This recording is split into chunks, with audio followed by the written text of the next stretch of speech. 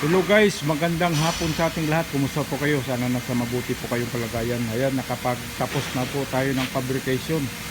Nakapag-fabricate na tayo ng isang mahaba para preparation para sa mga night shift. Ayan.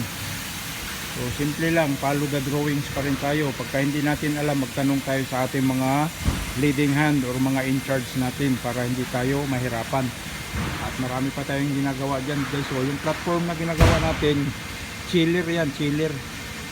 Yan o, may mga poste pa yan. Ito na yung mga poste nya, tulad ng ginawa natin nung nakaraan. So ayan, maraming salamat sa lahat ng inyong support. At ingat po kayo palagi. Doon sa mga nag-follow, nag-share, thank you so much guys. To all OFWs around the world. Ayun o, meron pa tayong nagawa na ron o.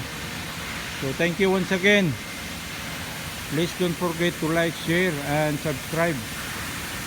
At sana makarating na rin kayo dito sa Australia. Meron tayong videos dyan sa mga high